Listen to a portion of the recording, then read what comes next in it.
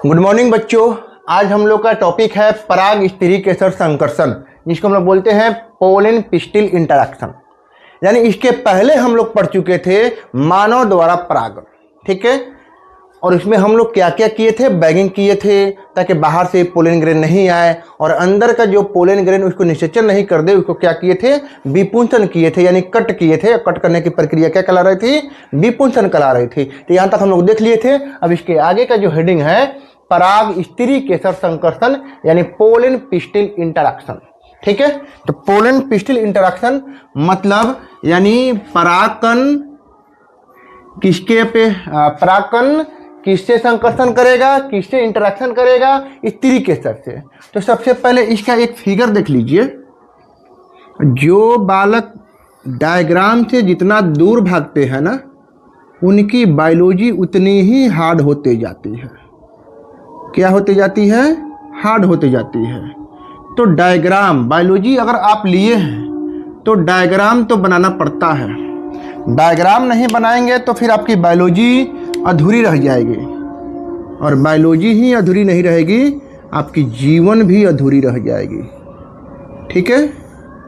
इसलिए डायग्राम से आप लोग दूर नहीं हटिएगा, ठीक है। डायग्राम से प्यार करिएगा, बायोलॉजी से लगाव रखिएगा, ब्लूटूथ की तरह कनेक्शन बनाए रखिएगा, तभी जाके क्या होगी, आपको समझ में आएगी। यानी कुल मिला के बात कहूँ तो हलवा लगेगी, हलवा, ठीक है। अब इसके अंदर हम लोग क्या निर्माण कर चुके थे, तो हम लोग एम्ब्रियो सैक का निर्माण कर चुके थे, जिसमें नीचे 3 कोशिका थी, ऊपर भी प्रतिमुखी में 3 कोशिका, और बीच में यानी केंद्र में 2 कोशिका मिल रही थी, ठीक है। और 2 कोशिका को मिलाकर एक ही कोशिका कही जा रही थी, और इसको हम लोग बोल रहे थे 8 न्यूक्लिएट और 7 सेल, ओके। चलिए, तब ये रहा। अब इसके आगे हम लोग को देखना है कि इस पे ये जो स्त्री केसर है, ये क्या है, स्त्री केसर है, ठीक है, स्त्री केसर। अब ये जो स्त्री केसर है, सपोज करिएगा गुड़हल का है। किसका है, गुड़हल का है। गुड़हल का पादप बहुत अमेजिंग रहता है, बहुत मतलब कि रोचक रहती है, इसलिए गुड़हल का हम लोग इसका उदाहरण लिए हैं। कोई भी पादप आप ले सकते हैं। तो ये गुड़हल का स्त्री केसर है। अगर गुड़हल का परागकण और एक आ गया, सपोज करिए किसका, किसी एक पादप का ले लो, गुलाब ही ले लीजिए, ठीक है। तो ये रहा गुलाब का। गुलाब का क्या है, पोलन ग्रेन है। और ये किसका है, गुड़हल का है। किसका है, गुड़हल का है। तो आपको सबसे पहले ये सोचना है कि ये स्त्री केसर, जिसके अक्ष पे कौन मिल रहा है, वर्तिकाग्र, यानी कुल मिला के हम स्त्री केसर ही बोलूं कि ये स्त्री केसर कौन से पोलन ग्रेन को एक्सेप्ट करेगा, यानी इसको अंदर लेगा। पोलन ग्रेन को जब तक अंदर नहीं लेगा, परागकण जब अंदर नहीं आएंगे, तो फिर इससे निषेचन कौन करेगा। हम लोग जो बनाए हैं एम्ब्रियो सैक, यानी इसमें एक बीच वाली जो कोशिका है नीचे, उसको हम लोग बोल रहे थे अंड कोशिका, और ये जो दोनों बगल में था सहायक कोशिका, बीच में केंद्र कोशिका, ऊपर मिल रही थी प्रतिमुखी कोशिका, है ना। ये ऐसे हम लोग पूरा बना लिए थे भ्रूण कोश, ठीक है, एम्ब्रियो सैक।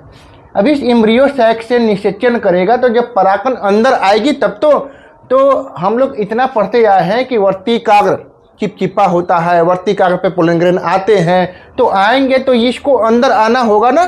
तो क्या ऐसा तो नहीं है कि वर्तिकाग्र मुंह बाके खड़ा है कि कोई पोलन ग्रेन आएगा और उसको निगल लेगा, नहीं।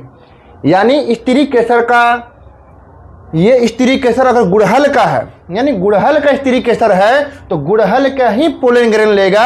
ये 100% क्या है, सत्य है।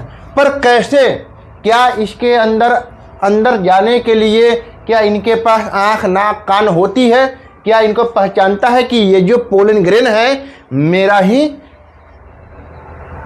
क्या है, मेरे ही जात का है, मेरे ही ब्यादर का है, मैं इसको एक्सेप्ट करूं, गुलाब को एक्सेप्ट ना करूं।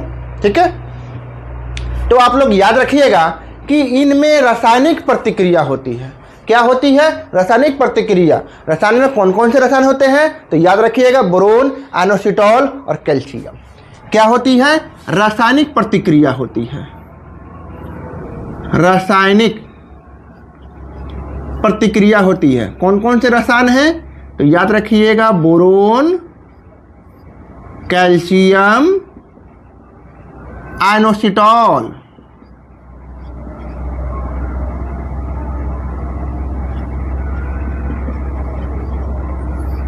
ठीक है, कौन कौन से रसायन होती है? तो बोरोन होती है, कैल्शियम होती है और एनोसिटॉल होती है। ठीक है, तो इसमें आपको ये समझना है कि ये जो रसायन है जिसमें बोरोन और ये एनोसिटॉल की बात करें तो एनोसिटॉल क्या है? एक प्रकार का शर्करा है और बोरोन क्या है? तो एक एलिमेंट है। तो दोनों में ये इंटरेक्शन होती है कि यहाँ पे कुछ रसायन होते हैं। वर्तिक आग्र पे क्या होते हैं? कुछ रसायन होते हैं और उसी रसायन को हम लोग क्या बोल रहे थे? बोरोन, कैल्शियम, एनोसिटॉल, कुछ नाम दिए गए हैं। अब इसमें एनोसिटॉल जो है, एनोसिटॉल क्या है? एक प्रकार का शर्करा है। और बोरोन की बात करें तो क्या है? एलिमेंट है।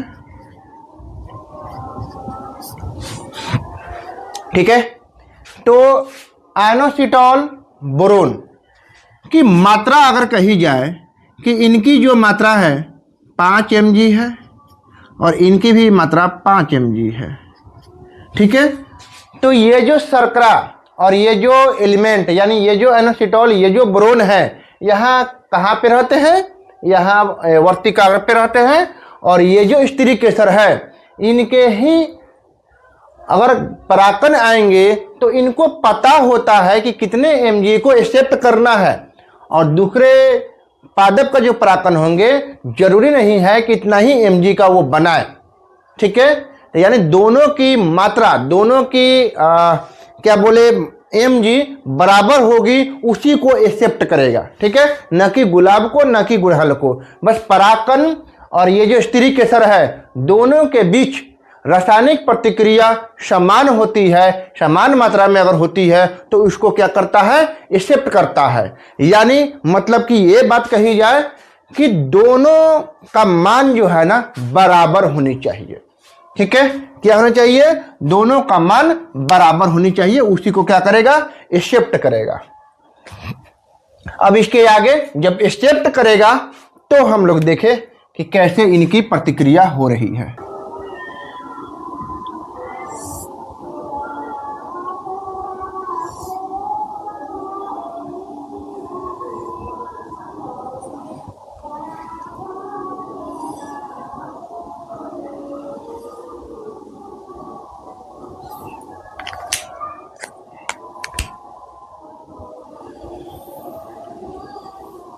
ये जो बाह्य चोल था जिसको हम लोग क्या बोल रहे थे? इग्जाइन, और अंदर वाले को हम लोग बोल रहे थे इंटाइन यानी अंतःचोल। ठीक है, जिसके अंदर क्या मिल रहे थे? तो आप लोग को पता, एक बड़ी कोशिका मिल रही थी और 2 जनन कोशिका मिल रही थी, यही तो। ठीक है, यानी 3 कोशिकीय अवस्था वाली पराकन क्या होती है? सस्केस होती है, और 2 पराकन क्या हो जाती है? व्यर्थ हो जाती है। तो ये रहा 3 कोशिकीय अवस्था वाली, जिसमें 2 जनन कोशिका और एक है बड़ी क्या? कायी कोशिका। ठीक है, कहाँ पे आके बैठा? तो ये जो है ना पराकन वर्तिक आग्र पे आके बैठा। ठीक है, जब वर्तिक आग्र पे आ गया तो इसमें दोनों के बीच क्या होगी? रासायनिक प्रतिक्रिया होगी। रासायनिक प्रतिक्रिया के बाद क्या होगी? दोनों में आपस में प्यार बढ़ेगा। जब प्यार बढ़ेगी तो क्या होगा? एक दूसरे को मदद करेंगे। जब एक दूसरे को मदद करेंगे तो इसी प्रतिक्रिया को हम बोलते हैं, इसी प्रक्रिया को बोलते हैं कंपैटिबिलिटी। ठीक है, क्या बोलते हैं? कंपैटिबिलिटी बोलते हैं। तो जरा सा इसको हम जूम करके दिखाऊं, बड़ा में, ताकि ये समझ में आए कि दोनों के बीच प्यार कैसे बढ़ रहा है। तो जब तक इसको हम जूम करके नजदीक से ना दिखाऊं तो पता कैसे चलेगा।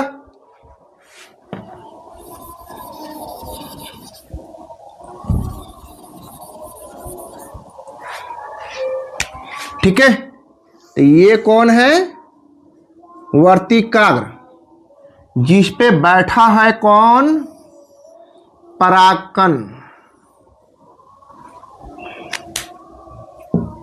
इस परागकण के दो आवरण थे, एक बाहर वाले को क्या बोल रहे थे? एग्जाइन, और अंदर वाले को हम लोग बोल रहे थे इंटाइन। इतनी सी बात आप लोग भूलेंगे नहीं पूरे जीवन में। ठीक है, जिसके अंदर क्या मिल रही थी? तो एक बड़ी कोशिका मिल रही थी जिसको हम लोग क्या बोल रहे थे? कायिक कोशिका यानी देहिया कोशिका या बॉडी शेल। ओके, अब ये जो है दो जनन कोशिका। ठीक है, चलिए, दोनों के बीच क्या होगी? प्यार बढ़ेगी, यानी दोनों का रासायनिक प्रतिक्रिया बराबर होगी, यानी दोनों का मान बराबर होगा। तो क्या होगा? एक्सेप्ट करेगा। एक्सेप्ट करेगा तो कैसे एक्सेप्ट करेगा? यानी दोनों के बीच क्या होगी? रासायनिक प्रतिक्रिया होगी। रासायनिक प्रतिक्रिया के बाद एक दूसरे को मदद करेंगे। ठीक है, यानी दोनों के बीच क्या होगी? कंपैटिबिलिटी बढ़ेगी।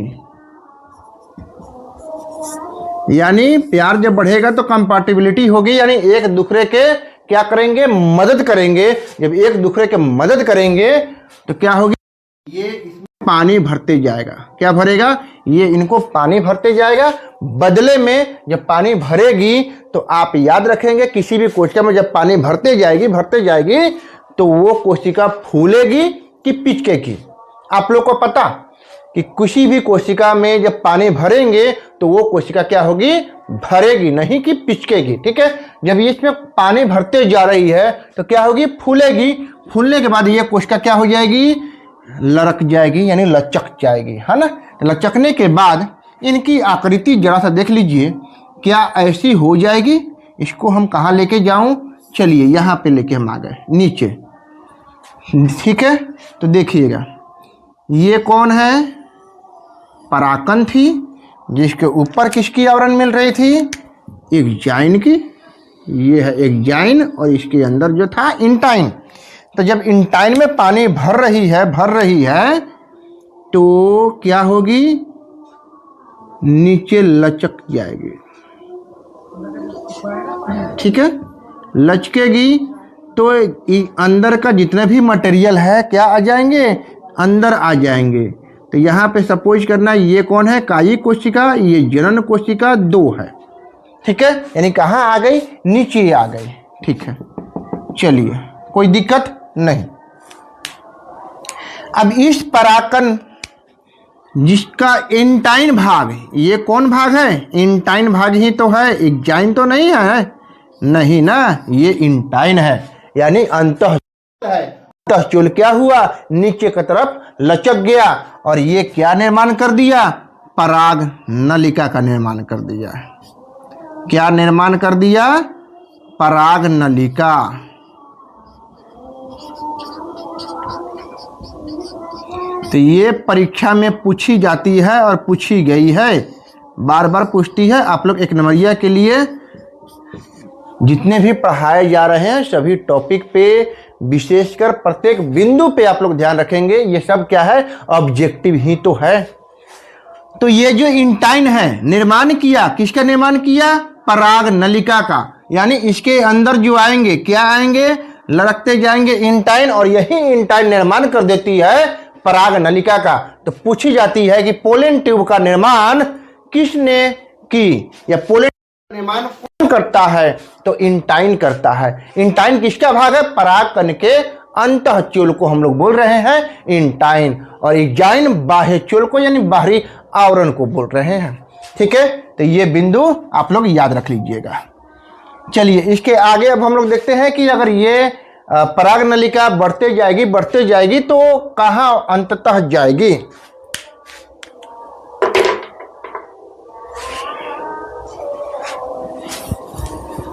तो हम लोग अब आगे चले कि जब ये पराग नलिका का निर्माण इंटाइन भाग ने किया तो ये नीचे आते जाएगी, नीचे आते जाएगी, नीचे आते जाएगी, तो अंततः कहाँ तक जाएगी?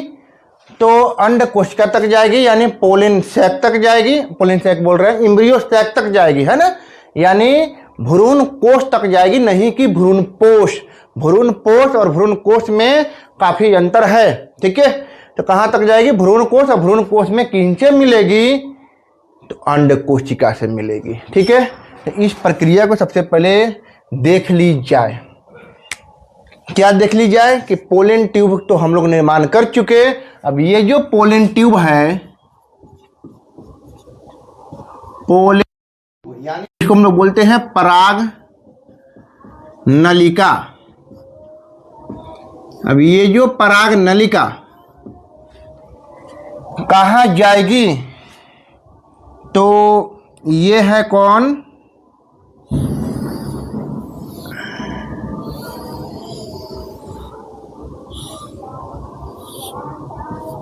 ये कौन है? बीजांड। और बीजांड के अंदर कौन है? बीजांड के अंदर है भ्रूण कोश, ठीक है। तो ये जो पराग नलिका यानी पोलन ट्यूब का जो निर्माण हुआ, उसके अंदर कौन है? तो एक बड़ी कोशिका जिसको हम लोग कायी कोशिका बोल रहे थे, और दो जड़न कोशिका है ना। ये आएगी, आते आते आते आते कहाँ जाएगी? बीजांड द्वार की तरफ जाएगी। तो बीजांड द्वार की तरफ जाएगी, उस प्रक्रिया को हम लोग बोलते हैं पोरोगैमी। क्या बोलते हैं? पोरोगैमी बोलते हैं। यानी पराग नलिका ऊपर से आएगी, कहाँ से आएगी? वर्तिका से होते हुए कहाँ जाएगी? बीजांड द्वार की तरफ जाएगी, उसको हम लोग बोलते हैं पोरोगैमी। दूसरा,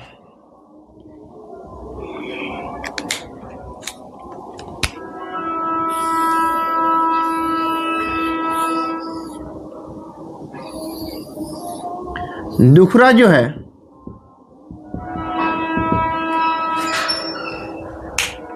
बीजांड द्वार से प्रवेश नहीं किया, सीधा ऊपर से ही फाड़ के आ गया, है ना, उसको हम लोग बोलते हैं चलेगोगैमी। चलेगोगैमी, ठीक है, जेड से होगा चलेगोगैमी। मतलब वो पोलन ट्यूब जो बीजांड द्वार से नहीं प्रवेश करके ऊपर से ही आ गए, यानी कहाँ से आए? द्वार के अपोजिट भाग से आ गए, उसको हम बोलते हैं चलेगोगैमी। तीसरा है, अगर बीजांड द्वार नहीं और नहीं ये ऊपर चलेगा भाग से आए, यानी इसके बगल या इसके बगल से, यानी ये दो भाग को छोड़कर कहीं भी भाग से अगर आती है, उसको हम लोग क्या बोलते हैं? तो उसको हम लोग बोलते हैं मीजोगैमी। क्या बोलते हैं?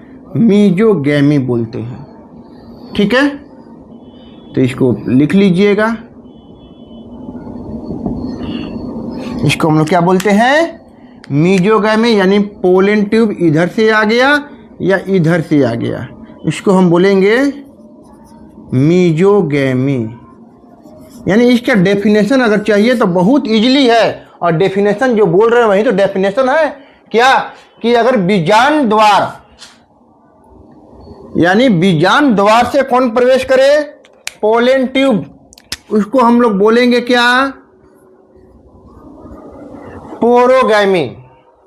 अगर बीजांड द्वार से नहीं आकर ये पराग नलिका अगर ऊपर से ही आ गई, उसको हम लोग बोलेंगे चलेगोगैमी, ठीक है।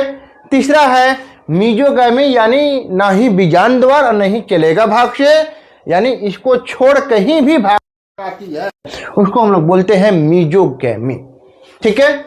अब इसके आगे अब किसी भी भाग से आए तो आप लोग नाम लिख लीजिएगा, लेकिन अब समझाने के लिए हम प्रवेश कराते हैं कहाँ? बीजांड द्वार में, ठीक है।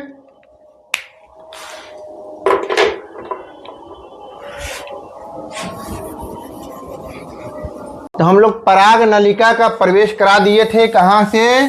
बीजांड द्वार से भी, चलेगा भाग से भी, और मीजो भाग से भी, जिसको हम लोग मीजो भाग से आया उसको हम लोग क्या बोल रहे थे, मीजोगैमी बोल रहे थे।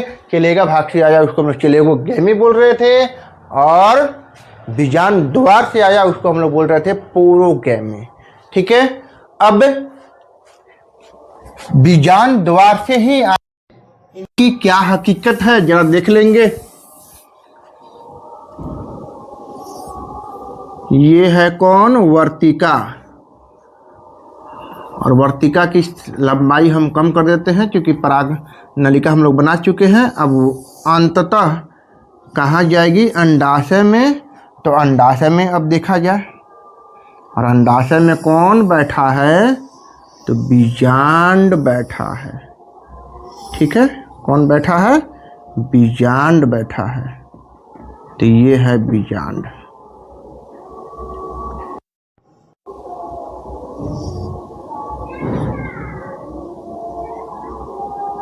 ठीक है, ये है कौन, बीजांड। अब यहाँ पे कौन सा भाग मिलेगा, यहाँ पे कौन सा भाग मिलेगा, जिस भाग से अटैच रहता है उसको हम लोग बोलते हैं प्लासेंटा, अपरा। ठीक है, और ये रह गया कौन, तंतु है। ठीक है, यानी बीजांड का वृंत है। ये वृंत कैसा होता है, हार्ड होता है। चलिए ये अब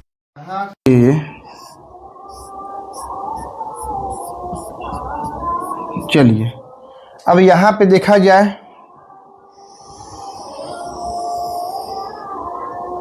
अब इसके अंदर कौन है, पोलिन सैक है। पोलिन सैक नहीं, एम्ब्रियो सैक।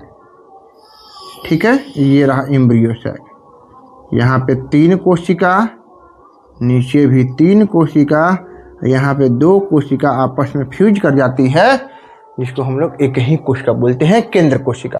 ठीक है, चलिए अब यहाँ पे कौन आया था, पराकन आया था।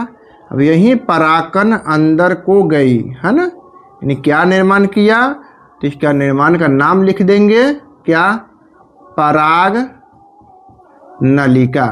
और पराग नलिका किसने बनाया, तो याद रखिएगा पराग नलिका का निर्माण इंटाइन भाग ने किया। अब ये पराग नलिका अंदर को आई, 1 मिनट इसको हम रेड कलर से दिखा देते हैं आपको ना हो।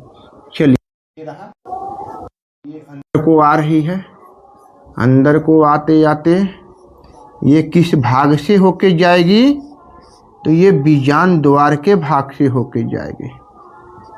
ठीक है, ये रहा बीजांड द्वार। तो बीजांड द्वार से ही आएगा पोलन ट्यूब। इसकी क्या गारंटी है, तो सबसे पहले आप जानते हैं कि अंड कोशिका के बगल में कौन बैठा है, अंड कोशिका के बगल में तो सहायक कोशिका बैठी है। कौन बैठी है, सहायक कोशिका, और ये अंड कोशिका। ये सहायक कोशिका क्या निकालती है, तो लिख देते हैं सहायक कोशिका फिलीफॉर्म अपरेटस करती है। क्या करती है, फिलीफॉर्म। ठीक है, फिलीफॉर्म पुटिका का निर्माण करती है। फिलीफॉर्म अपरेटस यानी फिलीफॉर्म पुटिका का निर्माण करती है। और फिलीफॉर्म पुटिका जो है ना, संपुटिका, जिसको हम लोग बोलते हैं संपुटिका। ठीक है, इसको क्या लिखेंगे, फिलीफॉर्म संपुटिका, संपुटिका। चलिए ये रहा फिलीफॉर्म संपुटिका। क्या करती है, पोलन गाइड का कार्य करती है, पोलन गाइड का कार्य करती है। यानी सहायक कोशिका विशेष प्रकार के क्या निकालते हैं, रसायन निकालते हैं, और उस के माध्यम से रसायन यानी पोलन गाइड का कार्य करती है। यानी को बुलाती है कि आजा, तेरा बैठा यहाँ पे इंतजार कर रही है। यानी मादा युग्मक जो है, अंड युग्मक यानी अंड कोशिका पराग कण को बुलाती हैं कि मैं यहाँ पे बैठी हूँ और आपका इंतजार कर रही हूँ, कृपया करके आप बीजांड द्वार से आइए। ठीक है, तो ये कौन सहायता किया? तो अंड कोशिका के बगल में जो बैठा हुआ है सहायक कोशिका, उन्होंने ही क्या किया? पोलन गाइड का कार्य किया। कैसे? तो कुछ प्रकार के रसायन निकालकर उस रसायन में वो बोरोन है, आइनोसिटॉल है और कैल्शियम है, जो क्या करेगा? उसको पोलन गाइड का कार्य करती है। ठीक है, तो इतना में किसी को दिक्कत नहीं ना? यहाँ तक किसी को दिक्कत नहीं? तो चलिए आगे हम बढ़ेंगे। द्विनिषेचन यानी डबल फर्टिलाइजेशन।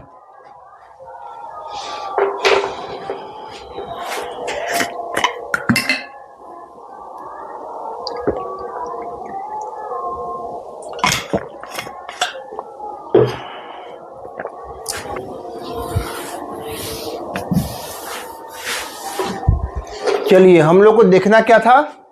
डबल फर्टिलाइजेशन यानी द्विनिषेचन। हम क्या बोलते हैं? द्विनिषेचन।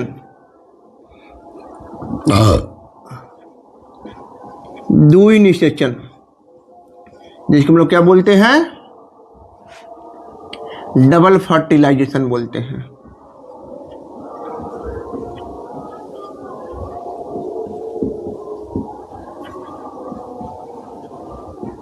डबल फर्टिलाइजेशन यानी दोहरा निषेचन। पादपों में एंजियोस्पर्म की अगर बात की जाए तो द्विनिषेचन इनकी सबसे महत्वपूर्ण भूमिका होती है, और ये सभी पुष्पी पादप यानी सभी एंजियोस्पर्म का ये क्या है? अभिलक्षण है कि द्विनिषेचन होगा ही होगा। यानी क्या लिखेंगे कि ये पुष्पी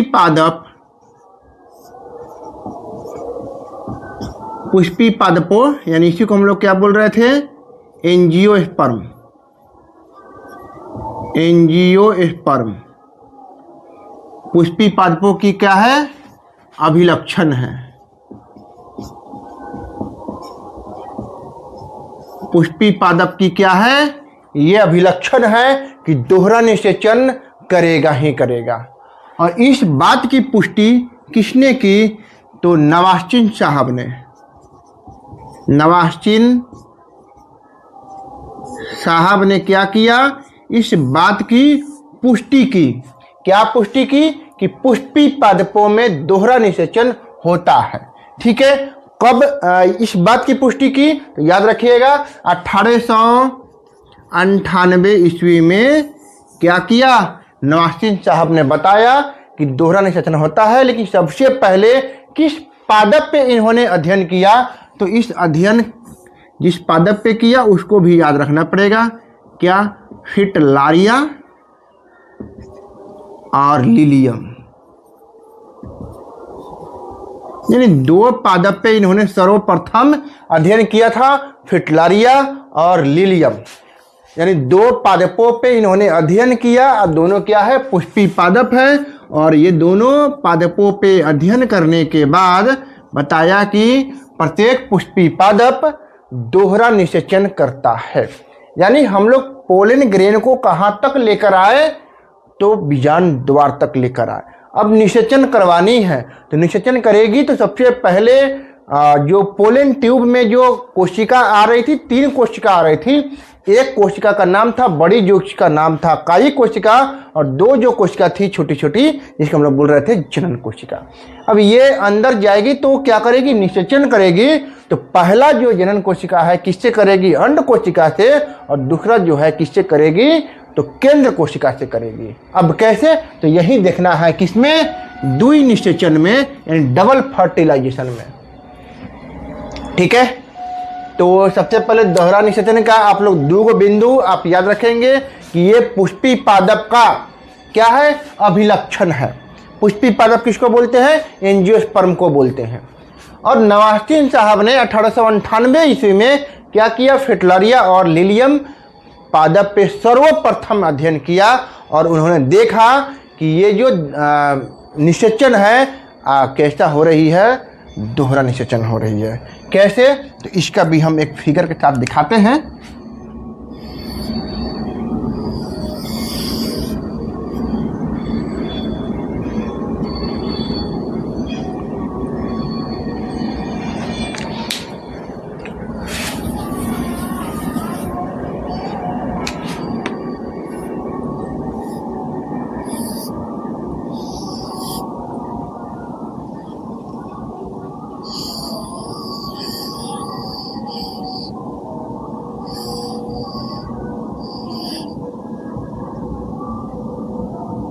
ठीक है।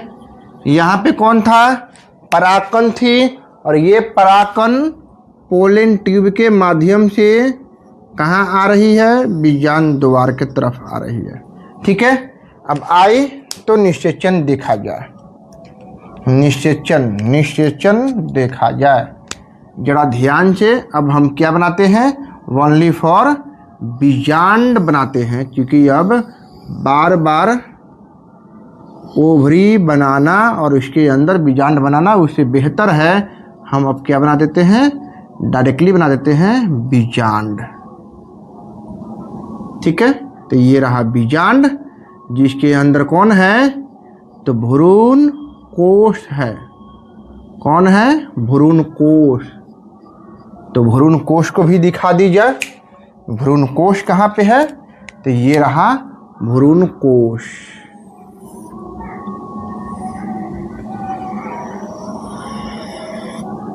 ठीक है। ये कौन है, भ्रूण कोश है। और भ्रूण कोश के अंदर कितनी कोशिका थी, इस कोशिका के आप लोग दिखा दीजिए कितनी कोशिका थी। ठीक है। चलिए, यहाँ पे कौन है, यहाँ पे अंड कोशिका है। इसके बगल में कौन थी, जो फिलीफॉर्म अपरेटस का निर्माण कर रही थी, को हम लोग क्या बोल रहे थे, सहायक कोशिका। और ऊपर में कौन थी, तो 3 कोशिका, जिसका नाम है एंटीपोडल सेल। ठीक है, प्रतिमुखी कोशिका। और बीच में कौन है, बीच में कौन है, केंद्र कोशिका है। ठीक है। तो चलिए, ये रहा पूरी स्ट्रक्चर। अब यहाँ पे कौन आ चुका है, तो यहाँ पर हम डायरेक्ट दिखाते हैं कि ये है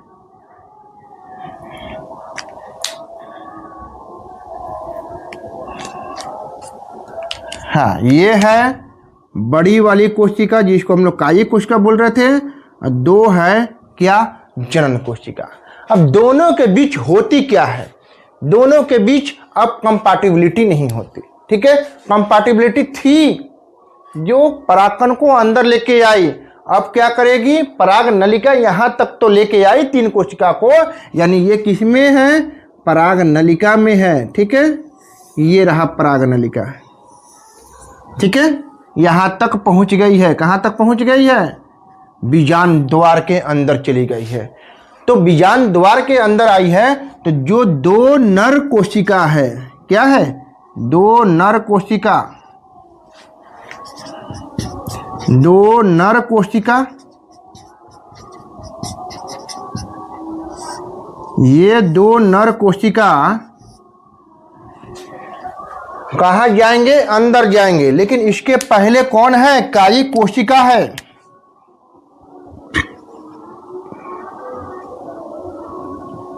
इसके पहले कौन है, कायिक कोशिका है। तो कायिक कोशिका ये कौन है, एम्ब्रियोसाइट के दीवार को तोड़ने में मदद करती है। ठीक है। यानी ये कायिक कोशिका और ये सहायक कोशिका आपस में भिड़ंत होती है। और भिड़ंत होने के बाद क्या हो जाती है, इनकी दीवार टूट जाती है।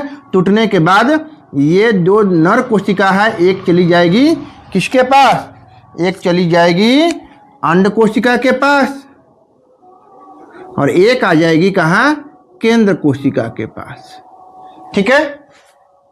अब यहाँ से क्या हो जाएगा, हट जाएगी, यानी कहाँ आ गई, अंदर आ गई। ठीक है। और ये कौन था, कायिक कोशिका। ये इन्होंने अपना एनर्जी क्या किया, दोनों को आगे पहुंचाने में मदद किया, इनकी झिल्ली को भेदा और क्या किया, अंदर पहुंचाया। सहायक कोशिका भी क्या की, इनको आने में सहायता की। दोनों में भिड़ंत होगी ताकि वहाँ की झिल्ली फटेगी, यानी वहाँ पे स्पोर बनेगा, तभी तो जाएगा कौन, नर युग्मक जाएगा। तो एक नर युग्मक आ जाता है किसके पास, अंड कोशिका के पास, और दूसरी कहाँ जाती है, तो केंद्र कोशिका के पास जाती है। तो अब आप लोग याद ये रख सकते हैं कि केंद्र कोशिका के पास गई तो ये अब तीनों क्या कहलाएगी, पहले से 2n था, एक n आ गया तो ये क्या कहलाएगी, 3n। और यहाँ पे एक n पहले से थी अंड कोशिका के पास, एक आ गई, अब ये क्या कहलाएगी, 2n। ठीक है।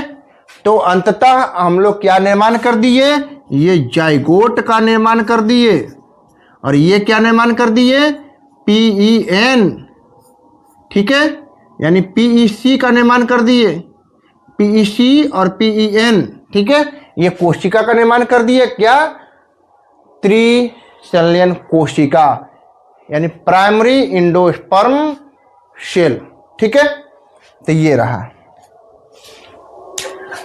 ठीक है। तो हम लोग क्या निर्माण कर दिए, जाइगोट का निर्माण कर दिए, यानी इसी को हम लोग क्या बोलते हैं, युग्मनज बोलते हैं। और यही युग्मनज आगे चल के क्या बनेगा, भ्रूण बनेगा, और यही आगे क्या निर्माण कर देगी, बीज का निर्माण करेगी, ठीक है। और ये जो है PEN, ये जो 3 कोशिका जो है, यानी इसमें अंदर कैगो है, N और एक नर कोशिका आई थी, यानी 3N थी, जिसको हम लोग क्या बोल रहे थे, त्रिसंलयन। क्या बोल रहे थे, त्रिसंलयन बोल रहे थे, यानी ट्रिपल फ्यूजन हुआ। और ट्रिपल फ्यूजन से बना क्या, प्राइमरी, क्या बना, यहां पर लिख देते हैं, primary endosperm, primary endosperm cell, ठीक है।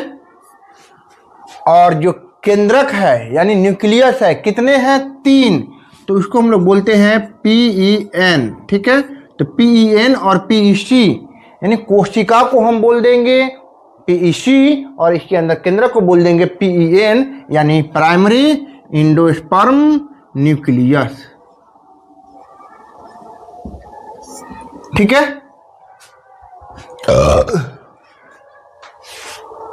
प्राथमिक भ्रूणपोष कोशिका और प्राथमिक भ्रूणपोष केंद्रक, यानी 2 निर्माण हुआ, यानी त्रिसंलयन के पश्चात। और ये 2 कोशिका आपस में निर्माण क्या कर दिया, जाइगोट का, यानी युग्मनज का निर्माण कर दिया, ठीक है। तो एंजियोस्पर्म में अगर बात की जाए कि एक जो शुक्राणु है, यानी क्या बोलूं, इसको नर युग्मक बोलूं या शुक्राणु बोलूं, युग्मनज बनाने के लिए क्या होती है, जिम्मेदार होती है, यानी निश्चित करता है।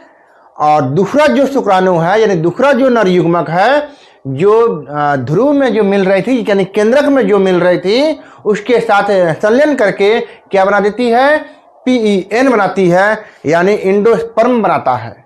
क्या बनाता है, भ्रूण पोष बनाता है, यानी क्या, ये क्या हो गया, भ्रूण पोष हो गया, भ्रूण पोष, यानी ये पोषण प्रदान करेगा भ्रूण को, ताकि युग्मनज भ्रूण बने और भ्रूण के बाद बीज बने, तब ये क्या करेगी, पोषण देगी, ठीक है। और इसी प्रक्रिया को, इसी प्रोसेस को हम लोग क्या बोल देते हैं, डबल फर्टिलाइजेशन बोल देते हैं, ठीक है। तो डबल फर्टिलाइजेशन सिंपल सा था कि आप पहले एक फिगर बना लेंगे, फिगर बनाने के बाद लिखेंगे कि एंजियोस्पर्म में एक नर युग्मक युग्मनज बनाने के लिए जिम्मेदार होता है, जबकि दूसरा नर युग्मक केंद्र में संलयन करने के पश्चात त्रिसंलयन यानी PEN और PEC बनाने में क्या होता है, यानी भ्रूणपोष बनाने में मदद करता है और भ्रूणपोष बनाती है। और इसी प्रक्रिया को हम क्या कहते हैं, द्विनिषेचन यानी डबल फर्टिलाइजेशन कहते हैं, ठीक है। दोहरा निषेचन एक फूल वाले पौधे का प्रमुख गुण होता है, ठीक है। दोहरा निषेचन फूल वाले पौधे के लिए क्या होता है, फूल वाले पौधे के लिए प्रमुख गुण होता है। घटना में एक मादा युग्मक 2 नर युग्मक के साथ होता है, एकजुट हो जाती है। नर युग्मकों में से एक अंड कोशिका के पास निषेचित करता है, जबकि दूसरा कहाँ चली जाती है, केंद्र में जाती है। केंद्र में जाने के बाद मिलने से क्या बनती है, भ्रूण पोष का निर्माण होती है, त्रिसंलयन होता है, PEC बनती है, ठीक है। चलिए यहां तक किसी को दिक्कत नहीं ना। चलिए अब ये प्रक्रिया सिर्फ एंजियोस्पर्म में ही पाई जाएगी। हाँ, ये बिंदु कतई नहीं भूलेंगे कि ये प्रक्रिया सिर्फ और सिर्फ किस में पाई जाएगी, एंजियोस्पर्म में पाई जाएगी।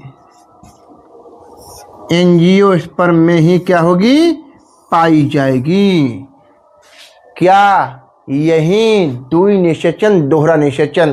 तो दोहरा निषेचन अगर एक झटके में समझ में आ जाए तो बहुत बेहतर, अगर नहीं समझ में आए तो इस वीडियो को 2 बार 3 बार देखिए, ताकि दोहरा निषेचन बहुत इंपॉर्टेंट है। ठीक है, अब देखा जाए कि द्वि निषेचन का क्या महत्व होती है।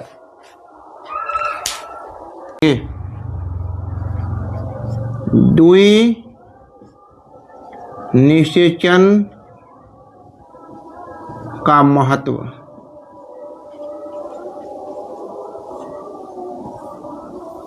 ठीक है, डबल फर्टिलाइजेशन का क्या महत्व है।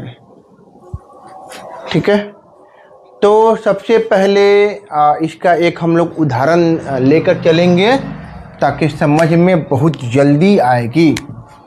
ठीक है, 2 उदाहरण लेते हैं जिसमें एंजियोस्पर्म और जिम्नोस्पर्म दोनों को रख के कंपेयर किया जाए।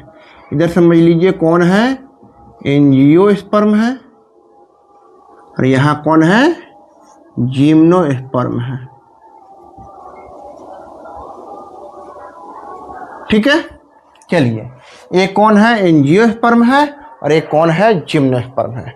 तो सबसे पहले ध्यान से सुनिएगा कि एक राम जी है और एक श्याम जी है, 2 दोस्त हैं। ठीक है, तो राम जी ने क्या किया कि विवाह का उनको मन किया और विवाह के लिए प्रेरित किए, और विवाह का क्या हुआ, इनका दिन आ गया। तो जब इनकी विवाह हुई डॉक्टर राम जी का, तो वो क्या किए कि अपने बारात में जाकर पूछे कि लड़की वाले से कि मुझे लड़की वाले से ये कहा कि मैं ये 300 बारात लेकर आऊँगा। ठीक है, जब 300 बारात लेकर आएंगे तो लड़की वाले ने क्या किया कि इनकी बातों को सहमत होकर क्या किए, 300 का भोजन, 300 बारातियों के लिए भोजन का प्रबंध कर दिया।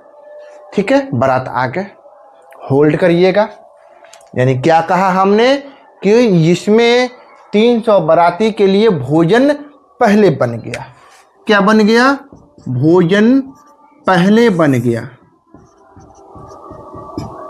ठीक है, कितने बाराती के लिए, 300 के लिए। चलिए इतना सिंपल सा तो समझ में आती।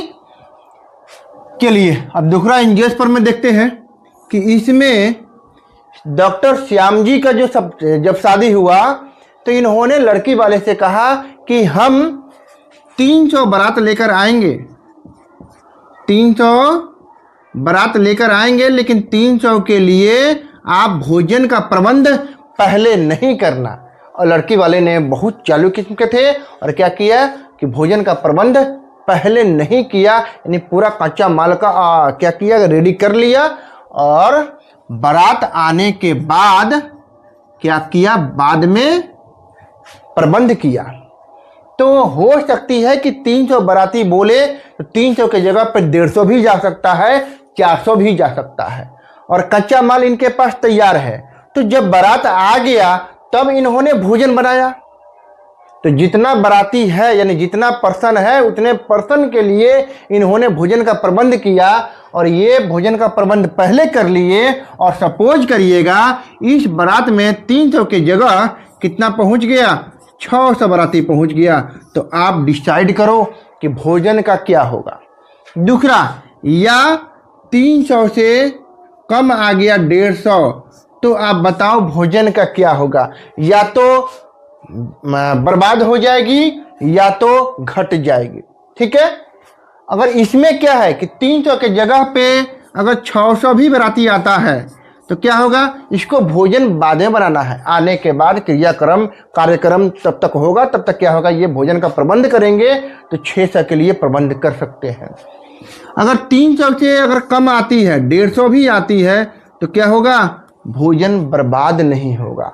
तो हूबहू वैसे ही होती है एंजियोस्पर्म में और जिम्नोस्पर्म में। ठीक है, क्या होती है, जिम्नोस्पर्म में और एंजियोस्पर्म में। तो चलिए अब हम आगे देखते हैं एंजियोस्पर्म और जिम्नोस्पर्म की वैसे ही ऊपर हेडिंग नहीं देना था, नीचे हेडिंग। ठीक है, चलिए ये तो एग्जाम्पल था। अब यहाँ पे हेडिंग देते हैं एंजियोस्पर्म, ठीक है,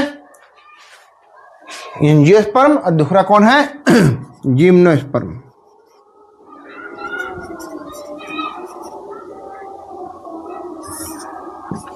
चलिए एंजियोस्पर्म की बात करें कि युग्मनज पहले बनेगा और भ्रूण पोष बाद में बनेगा। क्योंकि हम लोग अब ये बराती का बात खत्म करिए, अब अपने टॉपिक पे आते हैं कि इसमें एंजियोस्पर्म में क्या होगा, युग्मनज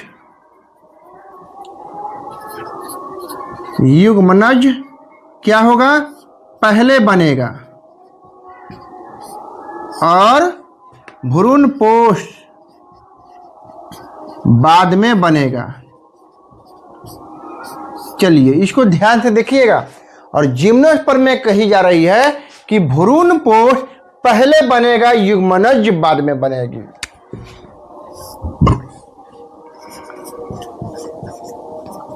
इसमें युग्मनज बाद में बनेगी और भ्रूण पोष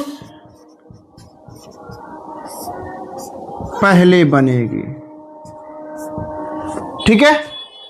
युग्मनज पहले बनेगी, भ्रूण पोष बाद में बनेगी, जबकि जिम्नोस्पर्म में युग्मनज बाद में बनेगा, भ्रूण पोष पहले बनेगा।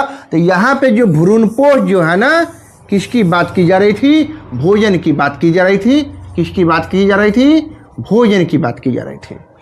तो अगर भोजन इसमें किसमें, जिम्नोस्पर्म में भोजन अगर पहले बन गया और युग्मनज बाद में बनती है तो या तो घट भी सकती है या तो बढ़ भी सकती है। क्या युग्मनज की भ्रूण पोष, क्योंकि भ्रूण पोष क्या है, पोषणीय पदार्थ है।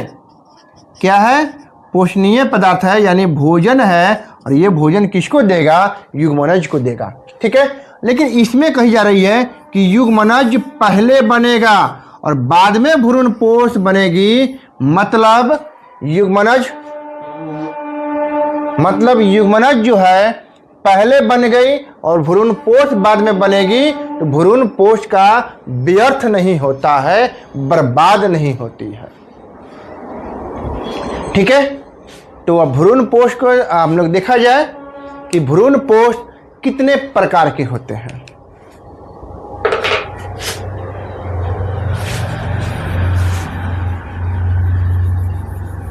भ्रूण पोष के हम लोग क्या देखेंगे, महत्व देखेंगे।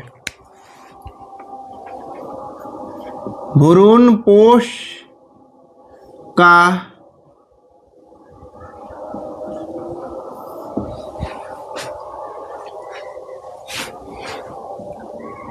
हम लोग क्या देखेंगे, भ्रूण पोष कितने प्रकार के होते हैं। इसी को हम लोग इंग्लिश में बोलते हैं क्या, एंडोस्पर्म,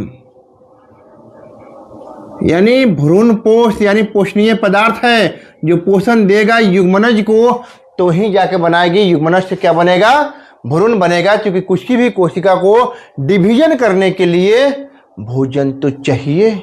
जब तक कोई बच्चा या कोई कोशिका अगर भोजन नहीं करेगा तो फिर ये गुणन और वृद्धि कैसे करेगा, ठीक है। तो सबसे पहले हम लोग ये देखें कि भ्रूण पोष कितने प्रकार के मिल रहे थे और भ्रूण पोष हम लोग किसको बोल रहे थे, ठीक है। तो ये है कौन, भ्रूण कोश। तो ये रहा भ्रूण कोश और इसके अंदर ये बना हुआ था युग्मनज। क्या बना हुआ था, युग्मनज। और ये कौन था, यही जो था 3N, ये क्या, और ये त्रिमुखी कोशिका प्रतिमुखी कोशिका मिलके क्या बना दी, भ्रूण पोष, ठीक है। तो भ्रूण कोश और भ्रूण पोष अंतर समझ में आ गई। पूरी की पूरी भ्रूण कोश है और ये रहा भ्रूण पोष और ये रहा युग्मनज, ठीक है। तो इसी को भ्रूण पोष को हम लोग बोल रहे थे PEC और PEN, ठीक है, कोई दिक्कत नहीं। तो अब हम देखेंगे कि भ्रूण पोष का जो पहला प्रकार है केंद्रकीय भ्रूण पोष होता है, ठीक है। पहला है केंद्रकीय पहला क्या है? केंद्रकीय भ्रूण पोष। और केंद्रकीय भ्रूण पोष कैसा होता है? तो इसमें सिर्फ और सिर्फ क्या मिलेगा? केंद्र में क्या मिलेगा? भ्रूण पोष मिलेगा। इनकी आकृति को जरा देख ले, हम छोटा ही यहाँ पे बना दे रहे हैं। ये है, यहाँ पे कौन होगा? जाइगोट होगी। और केंद्र में कौन मिलेगा? भ्रूण पोष मिलेगा। तो ये रहा भ्रूण पोष। ठीक है, तो यहां तक किसी को दिक्कत नहीं ना? यानी युग्मनज होगी और केंद्र में कौन मिलेगा? भ्रूण पोष मिलेगा। और इसको हम लोग क्या बोल देते हैं? केंद्रकीय भ्रूण पोष। अगर इसका एग्जाम्पल देखना चाहते हैं कि ऐसा एग्जाम्पल कौन से पादप के फल का है, तो नारियल का आप लोग नाम सुने हैं? नारियल। तो नारियल का जब हम लोग पानी पीते हैं तो वो पानी कैसा होता है? तो नारियल का पानी केंद्रकीय भ्रूण पोष ही पीते हैं हम लोग। नारियल का पानी क्या है? भ्रूण पोष ही है।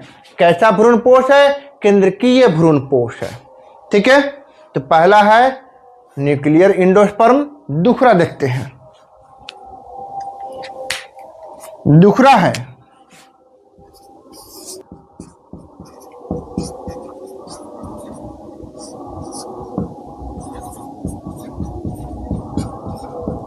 सभी का इंग्लिश भी लिख देते हैं। इसका नाम है न्यूक्लियर एंडोस्पर्म। और इसको हम लोग बोलते हैं सेलुलर एंडोस्पर्म। चलिए, यहां तक कोई दिक्कत नहीं ना? अब कोशिकीय भ्रूण पोष को हम लोग देखें कि कोशिकीय भ्रूण पोष कैसा होता है। तो देखेंगे यहां पे कौन होगा? युग्मनज होगी। हाँ, युग्मनज होगी। अब यहां पे केंद्र में जो मिल रहा था कौन? भ्रूण पोष। अब वो केंद्र में क्या मिलेगा? कोशिका ही कोशिका मिलेगी। ठीक है, क्या मिलेगी? कोशिका ही कोशिका मिलेगी।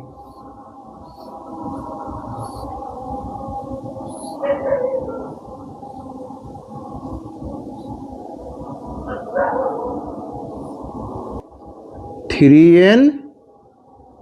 एन है ना? यानी हर जगह क्या मिलेगी? कोशिका मिलेगी। और ऐसे कोशिकीय भ्रूण पोष को हम बोलते हैं कोशिकीय भ्रूण पोष। यानी केंद्र में क्या मिलेगा? पानी नहीं मिलकर, यानी क्या बोलते हैं? कठोर भाग मिलेगी, जिसको हम लोग क्या बोलते हैं? कोशिकीय भ्रूण पोष। और इसका एग्जाम्पल है नारियल का पानी अगर पी लिए हैं तो नारियल का अब गिरी नहीं खाएंगे। क्या खाएंगे? नारियल का गिरी, यानी कठोर वाला भाग। जो हम लोग नारियल खाते हैं वो नारियल का गिरी कैसा होता है? कोशिकीय भ्रूण पोष होता है। ठीक है, अब तीसरा देखेंगे।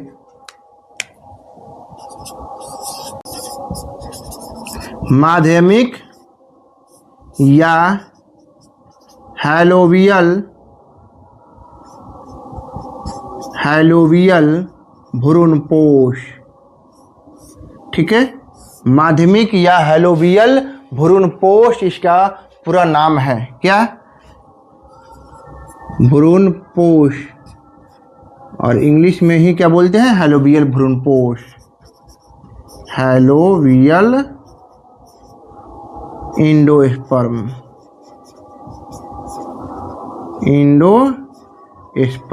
ठीक है, हैलोवियल एंडोस्पर्म यानी हैलोवियल भ्रूण पोष, या इसी को हम बोल देते हैं माध्यमिक भ्रूण पोष। अब ये भ्रूण पोष कैसा होगा? तो सबसे पहले क्या मिलेगी? भ्रूण कोष मिलेगी। भ्रूण कोष के अंदर रहेगा युग्मनज। और इसमें है आधा भाग में क्या मिलेगी? आधा भाग में क्या मिलेगी? आधा भाग में क्या मिलेगी, आधा भाग में ये सब 3n है। क्या है, 3n, यानी एंडोस्पर्म है। और ये आधा भाग में मिलेगी पानी और आधा भाग में मिलेगी क्या, ठोस भाग, जिसको हम लोग क्या बोल दूँ, ये ठोस भाग।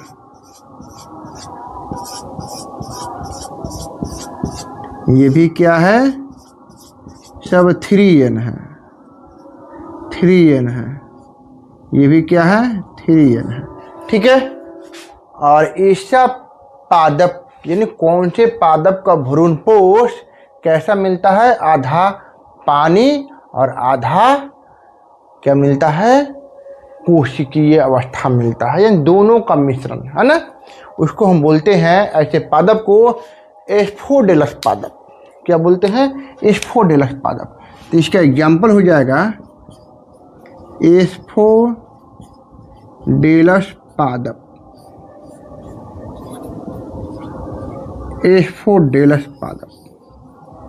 ठीक है। ऐसा पादप यानी जिसके पास ऐसा भ्रूणपोष मिलती है जिसमें केंद्रकीय भ्रूणपोष भी हो और कोशिकीय भ्रूणपोष भी हो, उसको हम बोलेंगे क्या, माध्यमिक या हैलोबियल भ्रूणपोष।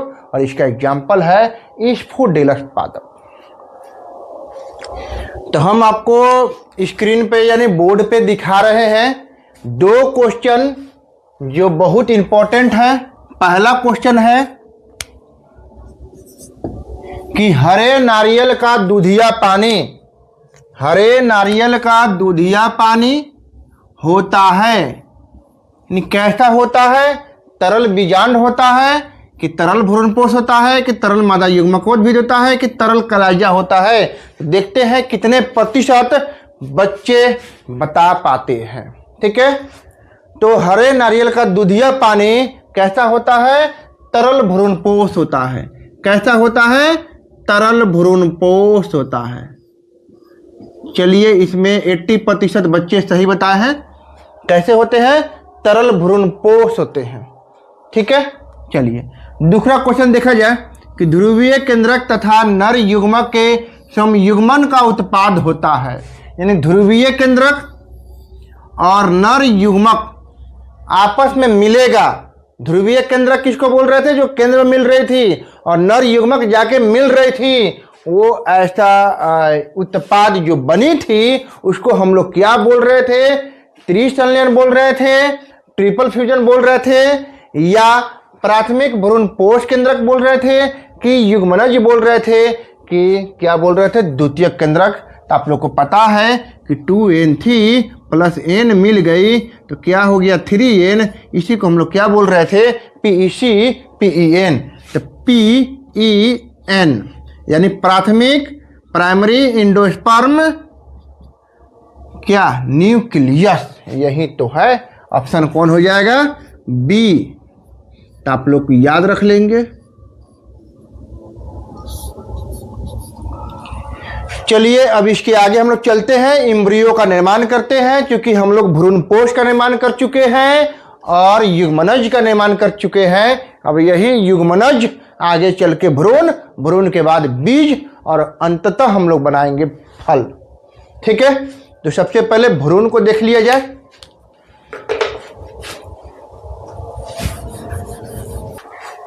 तो सबसे पहले हम लोग अब देखेंगे युग्मनज के बाद भ्रूण। तो हेडिंग दीजिएगा आप लोग, भ्रूण, यानी इसी को हम लोग बोलते हैं क्या, एम्ब्रियो। क्या बोलते हैं, एम्ब्रियो। तो एम्ब्रियो का निर्माण अब हम लोग कराएंगे। ठीक है। तो ध्यान से देखिएगा कि हम लोग युग्मनज बना लिए थे, युग्मनज का निर्माण हम लोग कर चुके थे। तो ये है युग्मनज, जाइगोट, और इस जाइगोट से क्या बनती है, भ्रूण बनती है। ये तो पता है, जाइगोट से क्या बनती है, भ्रूण बनती है। कैसे बनती है, तो लगातार क्या करती है, कोशिका विभाजन करती है, लगातार कोशिका विभाजन करती है। लगातार कोशिका विभाजन के पश्चात क्या बनती है? भ्रूण बनती है। अब जितने भी अवस्थाओं से होके गुजरे, सपोज करना ए बी सी डी, जितने भी अवस्थाएं से होके गुजरे, ये प्रत्येक अवस्था को हम कहते हैं भ्रूणोद्भव। क्या बोलते हैं? भ्रूणोद्भव। तो ये है भ्रूणोद्भव। ठीक है, यानी युग्मनज जब लगातार विभाजन करेगी तो विभाजन करने के तत्पश्चात जो कोशिकाओं का समूह होगा उसी को तो हम बोलेंगे क्या? भ्रूण बोलेंगे। अब इस भ्रूण जितनी भी अवस्थाएं से होकर गुजरेगी, यानी 1 से 2 होगा, 4 होगा, 16 होगा, 32 होगा, जितनी भी अवस्थाएं से होकर गुजरेगी, ये अवस्थाओं को हम लोग क्या बोलेंगे? अवस्थाओं को मिलाकर हम बोलेंगे भ्रूणोद्भव। ठीक है, अब जितने भी अवस्थाएं हैं, ये प्रत्येक अवस्थाएं का अध्ययन, यानी प्रत्येक अवस्थाओं का अध्ययन कहलाएगी भ्रूण विज्ञान। क्या कहलाएगी? भ्रूण विज्ञान कहलाएगी। यानी इसी को इंग्लिश में बोलते हैं, इंग्लिश में एम्ब्रियोलॉजी। क्या बोलते हैं? एम्ब्रियोलॉजी।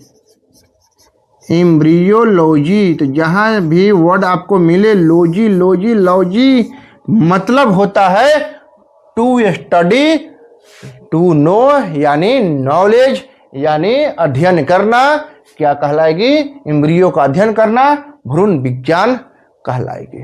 ठीक है, तो यहां तक आपको किसी को दिक्कत तो बोलना, क्योंकि यहाँ पे युग्मनज है तो कितने कोशिका थे? एक और एक कोशिका मिल के बन रही थी, यानी एक कोशिका ही थी, और ये कोशिकाओं का क्या मिलेगी? समूह मिलेगी। ठीक है, किसमें? भ्रूण में। और ये जो भ्रूणोद्भव है, यानी प्रत्येक अवस्था मिलाकर क्या कहलाएगी? प्रत्येक अवस्था मिलाकर यानी मिलकर कहलाएगी भ्रूणोद्भव। और इसी को इंग्लिश में बोलते हैं एम्ब्रियोजेनेसिस।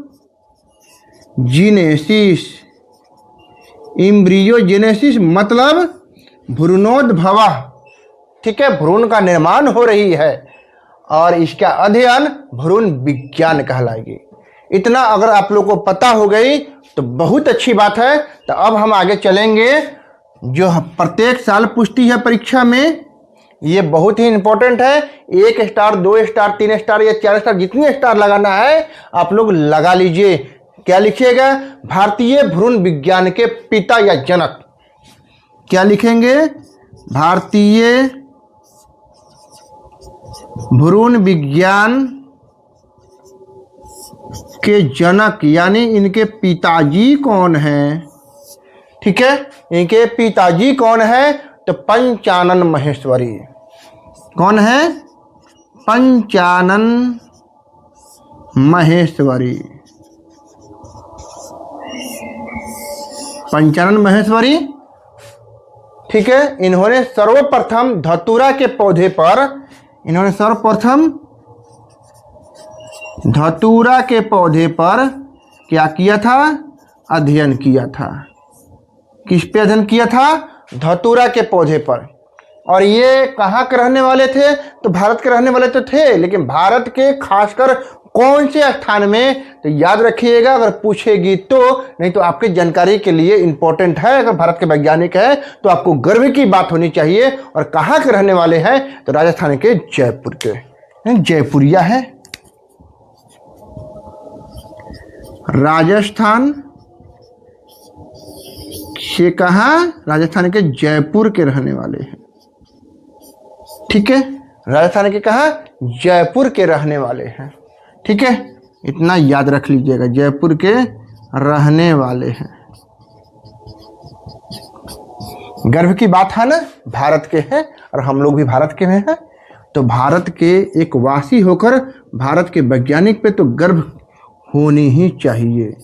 ठीक है, तो ये है भारतीय भ्रूण विज्ञान के जनक यानी पिता कौन है? पंचानन महेश्वरी, जिन्होंने धतूरा के पौधों पे क्या किया था? अध्ययन किया था। और कहाँ के रहने वाले थे? तो जयपुर के, यानी राजस्थान में पड़ता है, राजस्थान के जयपुर के रहने वाले हैं। ठीक है, और इनकी एक और खास बात है कि 1943 ईस्वी में महेश्वरी साहब ने क्या किया था? खोजा था। कितने ईस्वी में? अगर सन पूछे तो 1943 ईस्वी में पंचानन महेश्वरी ने, कितने ईस्वी में? 1943 ईस्वी में महेश्वरी ने क्या किया था? एम्ब्रियोलॉजी का अध्ययन किया था, यानी इन्होंने खोजा था, धतूरा के पौधे पर सर्वप्रथम अध्ययन किया था। कितने ईस्वी में? 1943 ईस्वी में। ठीक है। अब एंजियोस्पर्म की बात करें, यानी हम लोग पुष्पी पादप ही तो पढ़ रहे हैं। एंजियोस्पर्म में हम लोग भ्रूण की बात करें तो 2 प्रकार के होते हैं, एक द्विबीजपत्री, एक बीजपत्री। ठीक है, तो इसको हम नेक्स्ट चलते हैं। पुष्पी पादप से भी दिल लगा लिया करिए, कभी एंजियोस्पर्म से भी मोहब्बत करिए। ठीक है, तो हम लोग आगे अब चलेंगे। एंजियोस्पर्म में क्या पढ़ रहे थे? भ्रूण पढ़ रहे थे। ठीक है, एंजियोस्पर्म में क्या पढ़ रहे थे? एंजियोस्पर्म में भ्रूण। एंजियोस्पर्म में हम अब बात करेंगे भ्रूण की, यानी एंजियोस्पर्म में भ्रूण कितने प्रकार के होते हैं? तो एंजियोस्पर्म में भ्रूण 2 प्रकार के होते हैं। कितने प्रकार के होते हैं? 2 प्रकार के। पहला प्रकार कौन है? एक बीजपत्री, द्विबीजपत्री। ठीक है, कौन है? द्विबीजपत्री और एक बीजपत्री। इतनी सिंपल सा तो है, एक ही झटके में याद हो जानी चाहिए। एक बीजपत्री ये रहा। चलिए, द्विबीजपत्री को हम लोग इंग्लिश में क्या बोलते हैं? तो डाइकॉट। और एक बीजपत्री को मोनोकॉट। बहुत जगह ये बताई जाती है कि कोई ऐसा बीज है जो 2 भागों में है, उसको हम बोलेंगे डाइकॉट, और एक भाग में सिंगल दिखे उसको बोलेंगे मोनोकॉट।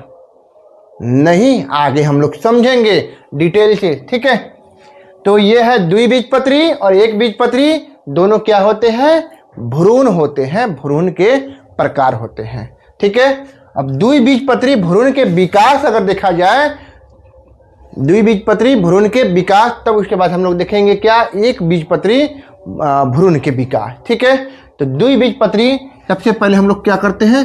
शुरू करते हैं। तो हेडिंग देंगे द्विबीजपत्री भ्रूण के विकास। हेडिंग क्या होगा? द्विबीजपत्री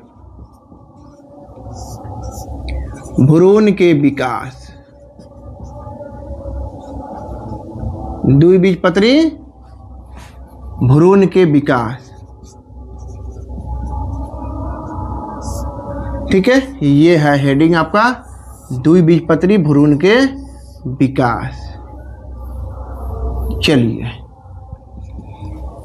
द्विबीजपत्री में भ्रूण का विकास कैसे होता है? तो सबसे पहले बीजांड अगर हम लोग देखें कि बीजांड जो हम लोग अब देख रहे थे कि बीजांड कितने प्रकार के हैं, तो ये जो हम लोग बीजांड हम बार बार बना रहे थे, ये जो बीजांड, ये सीधा बीजांड है कि उल्टा बीजांड है कि आपका तिरछा बीजांड है कि कैसा बीजांड है। ठीक है, तो बीजांड के प्रकार अगर देखा जाए,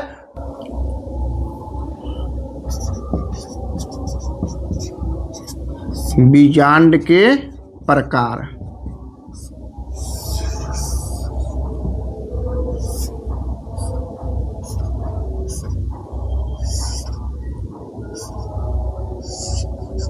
बीजांड के प्रकार देखेंगे। पहला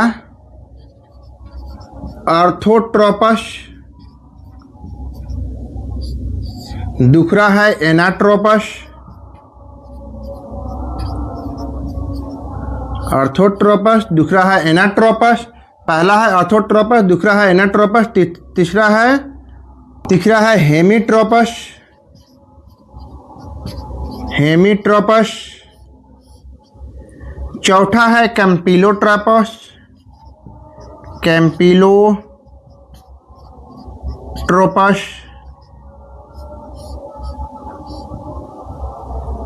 ऑर्थोट्रोपस, एनाट्रोपस, हेमीट्रोपस, कैम्पिलोट्रोपस, एम्फीट्रोपस। एम्फीट्रोपस, अब छठा है सर्किनोट्रोपस। सर्किनोट्रोपस,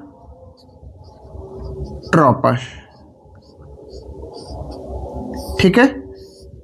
तो ये है आपके जो स्क्रीन पे चल रही है, ये बीजांड के प्रकार हैं। यानी बीजांड कितने प्रकार के होते हैं? ऑर्थोट्रोपस, एनाट्रोपस, हेमीट्रोपस, कैंपिलोट्रोपस, एम्फीट्रोपस और सर्किनोट्रोपस, जो हम प्रत्येक स्क्रीन पे दिखा रहे हैं। ये इतने प्रकार के बीजांड होते हैं जिनकी आकृति कैसे कैसे होती है, जो आप लोग इसको बढ़िया से देख सकते हैं और इसको समझ सकते हैं, ठीक है। तो थोड़ा देर के लिए आप इसको स्क्रीनशॉट ले लीजिए, तब हम आगे बढ़ते हैं, ठीक है।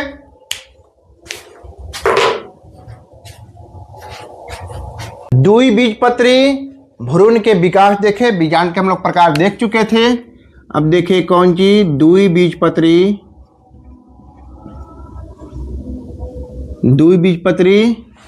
भ्रूण के विकास।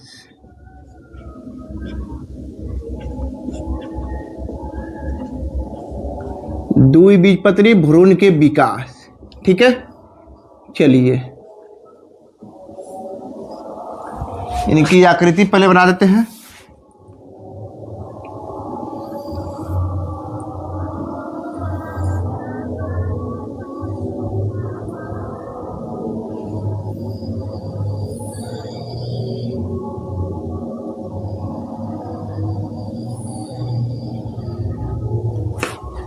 ठीक है।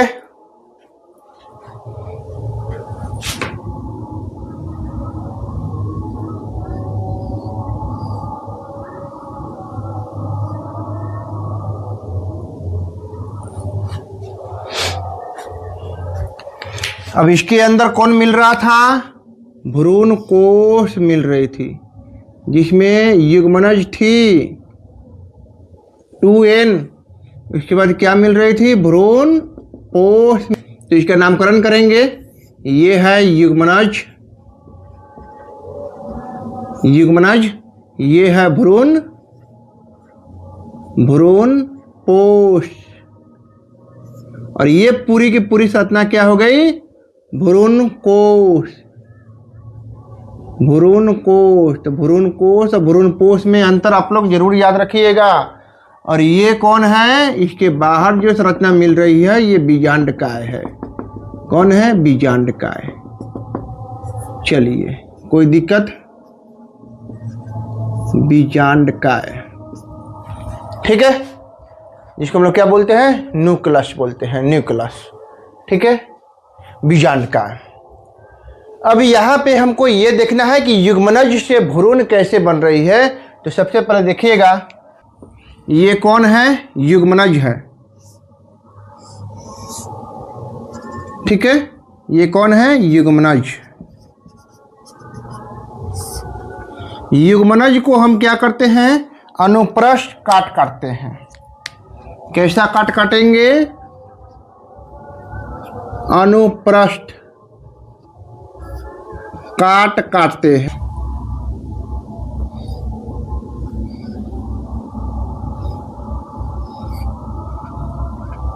ठीक है। एक कोशिका बड़ी हो जाएगी, एक कोशिका छोटी हो जाएगी। बड़ी वाली कोशिका को हम लोग बोल रहे हैं आधार कोशिका, और छोटी वाली कोशिका को हम लोग बोल रहे हैं भ्रूणीय कोशिका, ठीक है। ये छोटी वाली कोशिका को हम लोग बोल रहे हैं भ्रूणीय कोशिका,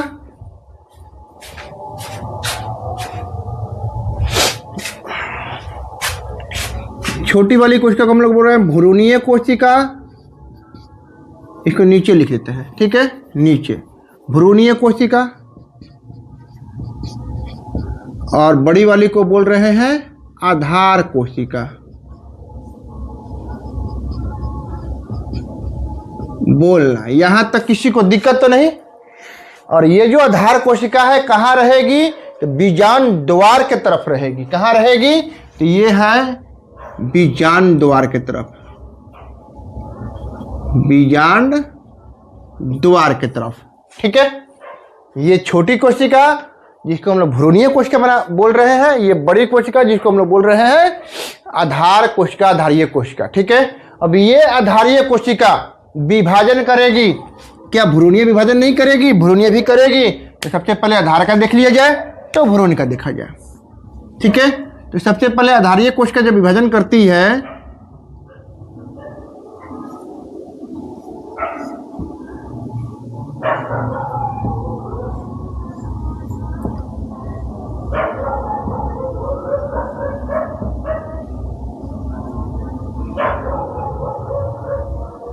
ठीक है, और यहां पे नीचे अभी भी कौन है? भ्रूणीय कोशिका है। ठीक है, ये कौन है? भ्रूणीय कोशिका है। तो अभी भी नीचे कौन है? भ्रूणीय कोशिका है। बस विभाजन अभी किसका करवाए हैं? तो आधार कोशिका का करवाए हैं। किसका करवाए हैं विभाजन? आधार कोशिका का। तो ये जो आधार कोशिका का जब विभाजन हुआ तो क्या बना दिया? निलंबक बना दिया। क्या बना दिया? निलंबक, जिसको हम लोग क्या बोलते हैं? सस्पेंसर बोल देते हैं। क्या बोल देते हैं? सस्पेंसर। ठीक है, सस्पेंसर का निर्माण कर देगा, यानी निलंबक का निर्माण कर देगा। और सबसे जो ऊपर में जो कोशिका मिल रही है उसको हम लोग बोलेंगे चूसक कोशिका। क्या बोलेंगे? चूसक। चूसक कोशिका। तो यानी हम ये कह सकते हैं कि आधार कोशिका विभाजन करने के पश्चात क्या बनाती है? छोटी छोटी कोशिका, जिसको हम लोग बोलते हैं सस्पेंसर कोशिका। और ये छोटी छोटी कोशिका मिलकर बनाती है सस्पेंसर। और सबसे लास्ट में जो सबसे अग्र सिरे पर यानी शीर्ष पे जो मिलती है उसको हम लोग बोलते हैं चूसक कोशिका। क्या बोलते हैं? चूसक कोशिका बोलते हैं। ठीक है, ये रहा चूसक कोशिका। और नीचे अभी भी क्या है? भ्रूणीय कोशिका है। अब चूसक कोशिका को हम लोग इंग्लिश में क्या बोलते हैं? तो होस्टोरियम। याद रख लीजिएगा, याद अगर हो सकता है तो होस्टोरियम। ठीक है, अब क्या कराएंगे? भ्रूणीय कोशिका का क्या कराएंगे? विभाजन। तो भ्रूणीय कोशिका का विभाजन कराएंगे। तो ये हम विभाजन करवाते हैं। जब भ्रूणीय कोशिका विभाजन करेगी तो याद रखिएगा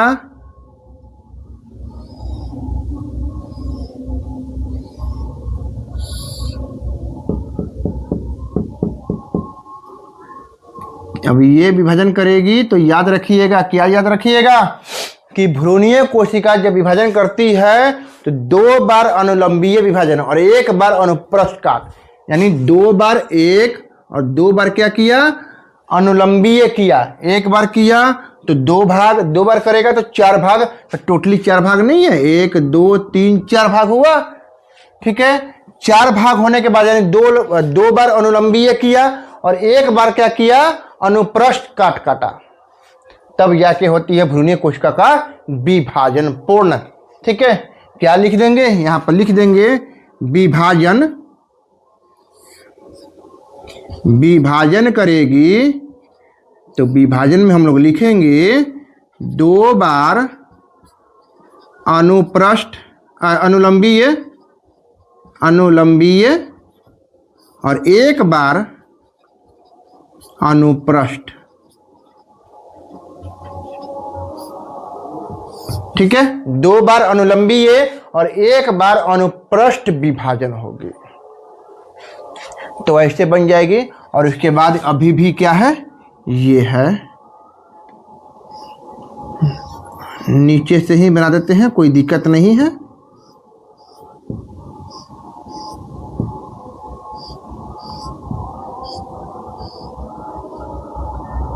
ठीक है, कोई दिक्कत नहीं ना। चलिए, यहां तक किसी को दिक्कत नहीं। लेकिन अब विभाजन की तो इसका नाम बदल जाएगी। भ्रूणीय कोशिका का जो ऊपर वाला भाग है यानी किसके तरफ? ये निलंबक की तरफ जो है उसको हम लोग बोलते हैं आधारधार कोशिका। क्या बोलते हैं इसको? इसको हम लोग बोलते हैं आधारधार कोशिका। आधारधार कोशिका। और जो नीचे का तरफ है उसको हम बोलते हैं अध्याधार कोशिका। इसको हम लोग क्या बोल देंगे? अध्याधार कोशिका। तो थोड़ा बोलने में अजीब तो लग रही है, आधारधार अध्याधार, लेकिन याद बहुत इजीली हो जाएगी। आधारधार जो किसके तरफ है, सस्पेंसर की तरफ है ना। हम लोग सीधा नहीं बना के इसको जगह मिला हमने उल्टा बना दिया, ठीक है। लेकिन अभी याद रखिएगा, जो सस्पेंसर की तरफ है, निलंबक की तरफ है, वो भाग क्या कहलाएगी, आधारधार कोशिका, और नीचे वाला कहलाएगा अध्याधार कोशिका, ठीक है। एक हाइपोवेसल होता है, एक होता है ईपीवेसल, याद रख सकते हैं। तो नहीं तो आप हिंदी में ही याद रखिएगा, बहुत इजीली और हल्का और चुटकिला नाम है, आधारधार अध्याधार, ठीक है।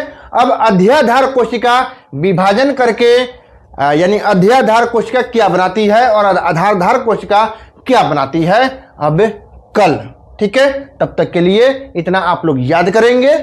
कहीं किसी को दिक्कत होगी तो नज़दीक वाले बच्चे हमारे ऑफलाइन बैच में आकर पूछ सकते हैं, और दूर के जो बच्चे हैं वो ऑनलाइन कभी भी कमेंट करके आप क्वेश्चन पूछ सकते हैं, या डायरेक्ट हमसे संपर्क करने के लिए मेरा मोबाइल नंबर है 9102780033 पे क्या कर सकते हैं, चैट कर सकते हैं, बात कर सकते हैं, हमारे व्हाट्सएप से पूछ सकते हैं, ठीक है।